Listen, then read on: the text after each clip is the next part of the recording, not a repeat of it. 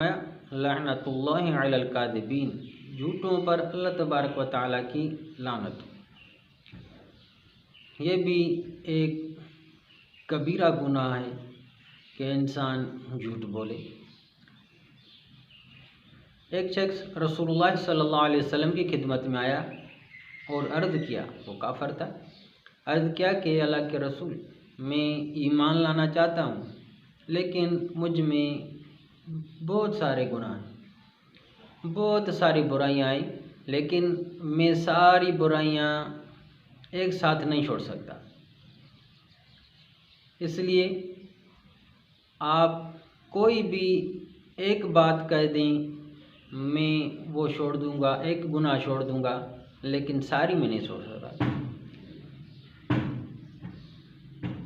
मैं शराब भी पीता हूँ, चोरी भी करता हूँ, ज़िना भी करता हूँ, बहुत सारे गुनाह हैं, झूठ भी बोलता हूँ।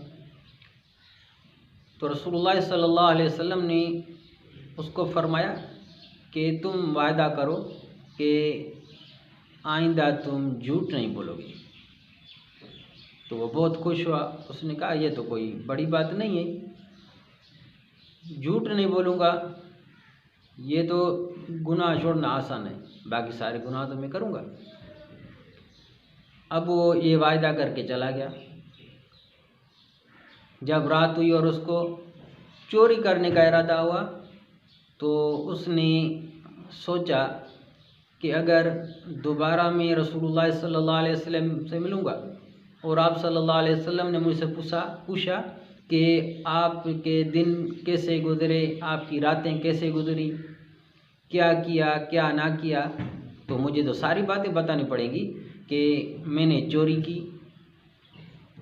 क्योंकि मैंने वादा किया है कि मैं झूठ नहीं बोलूँगा।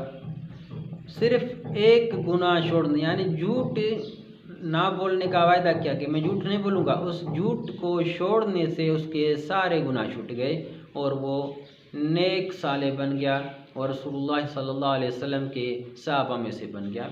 तो ये एक झूठी इंसान अगर छोड़ दे तो इंसान के सारे गुनाह जो हैं वो ख़त्म हो